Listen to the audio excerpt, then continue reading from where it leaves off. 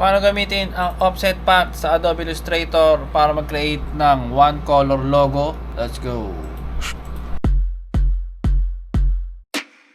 Okay, so ito yung logo na gagawa natin ng single color version dahil nga dikit-dikit yung mga shape niya. Kasi pag ginawa mong one color yan, ano ba, kailangan mo ng black version, syempre magiging plain black lang siya. So, kailangan natin gawin is lagyan natin ng mga separations, yung mga lines. So, select mo muna lahat, then punta ka ngayon sa object, then hanapin mo yung path, tapos offset path. Yan. So, ang ginagawa ng offset path is parang nagkikreate siya ngayon nung mas malaking version na same size, no? So, parang naggawa ka lang din nung stroke or ng outline. Pero ito kasi, mas madali siya dahil fill na. So, depende na sa'yo kung gaano kakapal mo gusto. So, okay na siguro sa akin yung 11. Tapos, pili ka kung anong gusto mo, meter or rounded. So, meter na siguro.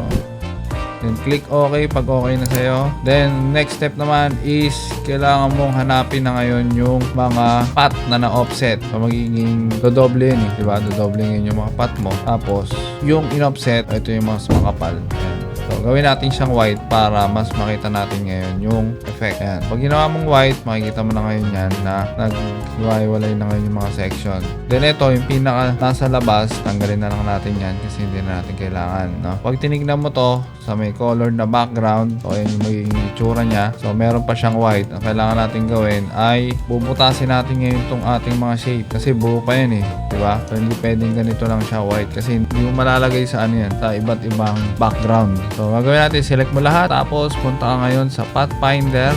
So ang gagawin natin ay bubutasin natin yung mga shapes natin na to, itong mga colored, okay? Itong mga colored yung binubutas natin. So punta ka lang dito, ang gagamitin natin is divide. So pag-click mo yan divide, pag na-click mo na yan, automatic butas na itong mga to. Okay? So, pag ni-right click mo yan at in-ungroup mo, makikita mo butas na sila. No? So, ang problema mo na lang ngayon is kung paano mo i-select lahat ng white. So, kung ayaw mong i-select siya pa isa-isa, ang gawin mo na lang ay i-select mo na lang tong mga colored, tapos i-lock natin. Right click, punta ka right click, shortcut mo na lang, control 2. Pag na-lock mo na, pwede mo na i-select ngayon tong white, tapos delete. Ayun na. So, meron na tayong one color version ng ating logo. Ito na nalilinisin mo kasi naghiwalay sila. So, nag-detach din to. Ayan, na-divide din siya. So, select mo na lang tapos unite. Tapos, okay na yan. So, meron ka ng one color version ng ating logo. So, pwede mo na siyang gawing white o pwede mo na siyang gawing black. Alright? So, yun lang. Sana nakasunod kayo, replay nyo na lang pagka hindi nyo masyado nasundan. Yun lang naman ang ginamit natin ay ang offset path, tsaka yung Pathfinder divide. Alright, thank you for watching. Alright, so yun lang para sa video na yan. Thank you for watching and follow for more graphic design tips.